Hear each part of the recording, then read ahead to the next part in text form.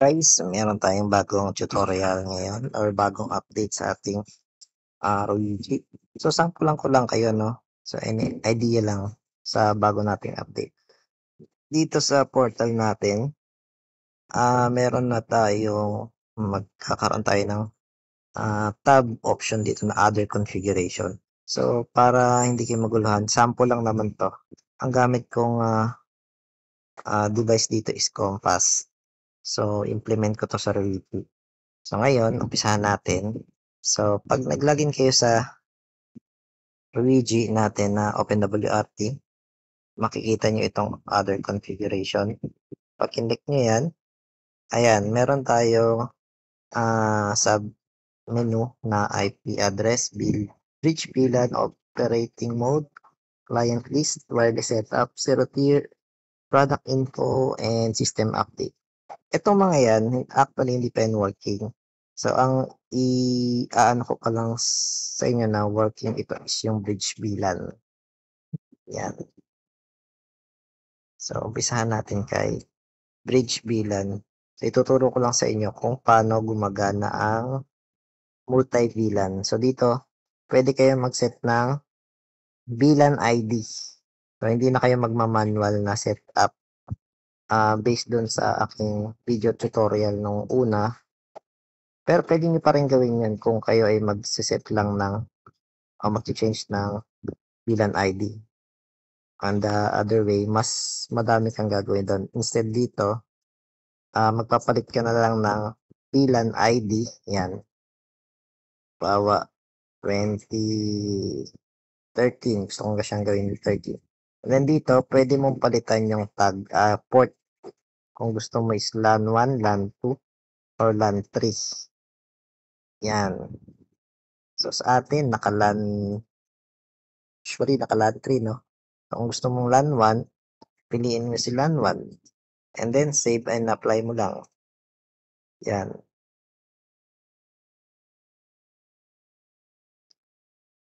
Okay, antayin mo lang siyang yan, apply. And then, pag ganyan na, okay na siya, nakabilang 30 na yan.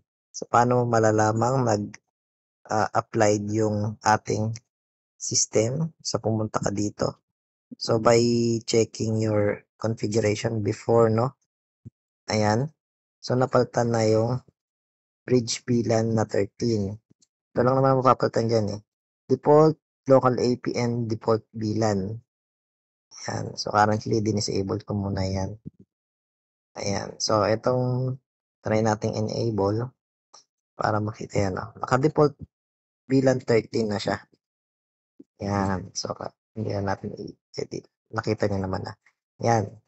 So, punta naman tayo dito sa ating balik tayo dito sa bridge VLAN. Yan. So, paano naman kung gusto mong maglagay ng o mag-set ng multi-VLAN. So, meron tayong LAN 1, LAN 2, LAN 3. So, isa dun is ang ating main port for vendor which is LAN 1. Tapos gusto mong gawin si LAN 2 na multi-VLAN. Then yung LAN 3 is of course for AP. So, gagawin mo, i-check mo to. Then, makikita mo dito na yung tag port for multi-VLAN, i-select mo lang kung LAN 2 or LAN 3 kung gusto mo.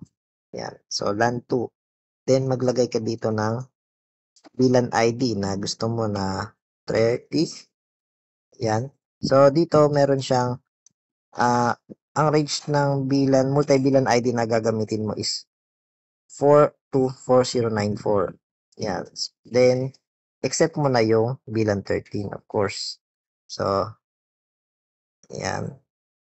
30. Lagyan natin. Then, click mo tong plus sign. Yan. And then, another, gusto mo 31, click mo rin yung plus sign. Gusto mo ng 40, yan, click mo yung plus sign. Yan. So, meron tayong tatlong VLAN na nilagay. Then, pag tapos ka na add ng multi-VLAN ID, change, save and apply mo na lang. Yan.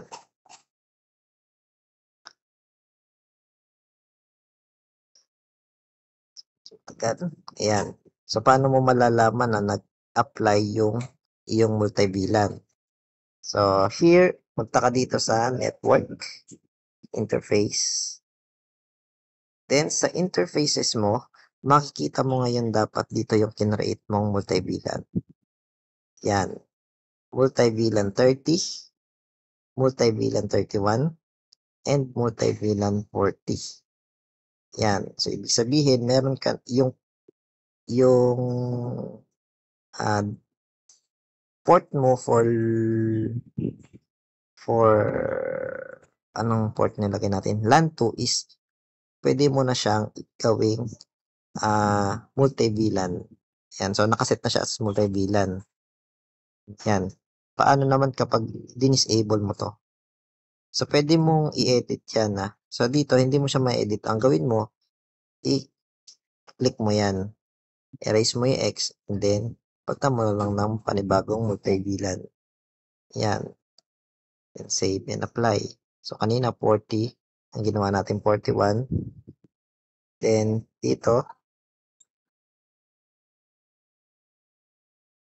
yan, network, interfaces. Yan, check mo yung 41. So, nag-create siya ng multibilan na 41. Okay. So, yan.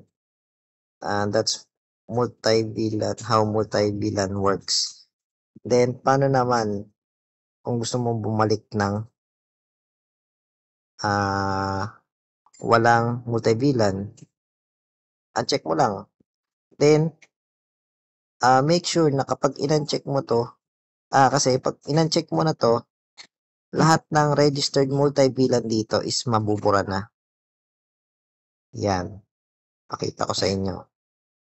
Yan. So, kung gusto mong ibalik sa multibilan, i-add mo manually yung mga multibilan IDs. So, hindi siya na-store kapag dinisable mo. So, mabubura lahat yan. So, ngayon, wala na siya. Save and apply.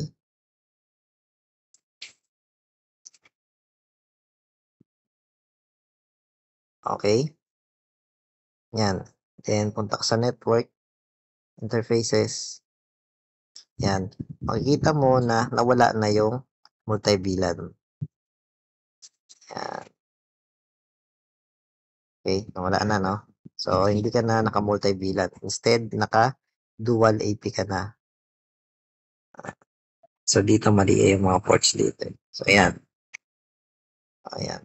So, LAN 1, LAN 1, LAN 2, LAN 3, and LAN 1. Yung H0 at saka H1, wala yan. Ayan, dalawang ano lang siya, tag. Yan, so ganun gumagana yung ating bridge VLAN. So, mas madali na dito mag-change ng IS ng VLAN ID and mag-set ng multi-VLAN ID. So, ginawa ko to para sa inyo. Yan.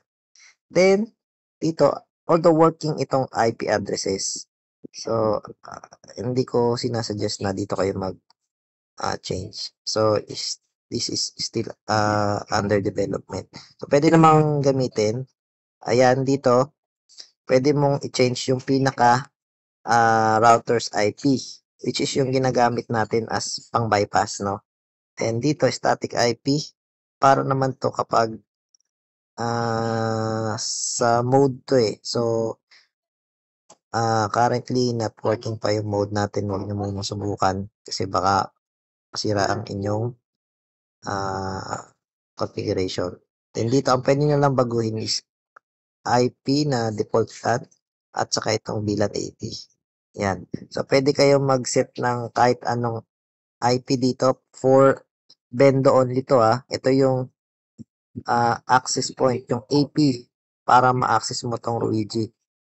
Usually, ito yung nakaset na 20.0.0.10 kasama dun sa ating tutorial. Ayan. Okay. Then, another one na pwede mong gamitin. Temporary lang naman yan. Wireless setup. Ayan.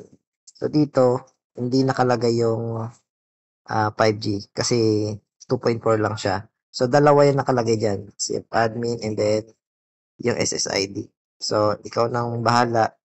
Yung SSID lang yung baguhin nyo, yung nandito. Wag na yung admin kasi yan yung pang byte. Although, pwede nyo naman baguhin. So, nasa sa inyo pa rin. Yan. Then, another. Zero tier. Zero tier, I'm not sure kung gumagana to. Hindi ko pa siya na-try. Pero try nyong maglagay ng network ID dito and i-authorize doon sa inyong zero tier. Balitaan nyo ko kung gumagana. Yan. So, maglalagay ako. Yan. Basta, yan na yan. Make it blank kapag wala kayong zero tier ID. So, pwede naman kahit hindi valid yung tatanggapin niya. But make sure, syempre, maganda, valid. Para nare-remote nyo yung inyong Luigi kahit malayo kayo. Then, ayun na, sa system update, wala pa to eh. So, yan. So, ilalagay ko pa lang to.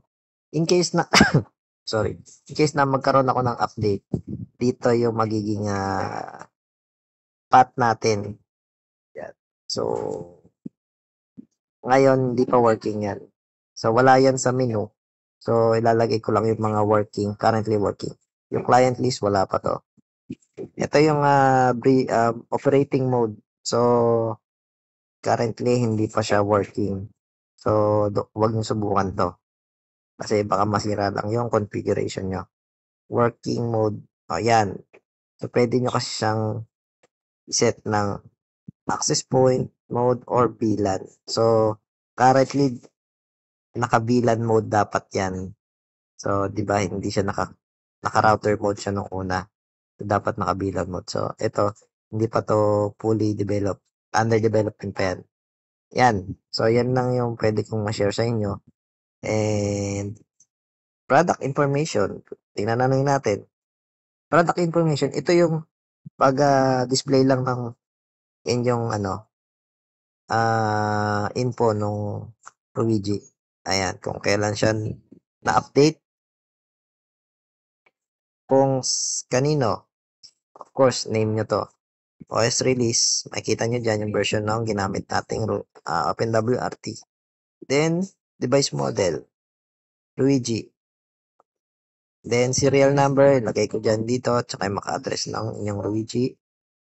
Then, contact admin support, naglagay na lang din ako ng aking link dyan para mas madali nyo akong kontakin. Like for example, Messenger. Mag-open si Messenger. Yan. So, wala akong internet. Local pala yung Luigi. Yan. Then, Facebook. Yan. Makikita mo dito yung inyong VLAN ID. Main VLAN ID. And then, operating mode, naka-VLAN mode ka. Then, multi-VLAN enabled, disabled siya. Currently disabled. Then, zero tier info. Ito yan makikita. So, yan. Yan yung magiging update kapag natapos ko na tong project ko. So, salamat at sana'y magustuhan nyo tong update ko. Since ito yan lang naman yung pinaka-update. Wala nang binago sa pinaka-settings kung paano mag-VLAN or other features na nadagdag ko. So, yan lang naman yung update para lang mas madali nyo siyang i-configure. So, that's all for today. Thank you, guys. Supportahan nyo ang aking Facebook page and aking YouTube channel kahit wala akong subscriber. Thumbs up sa inyo lahat. God bless.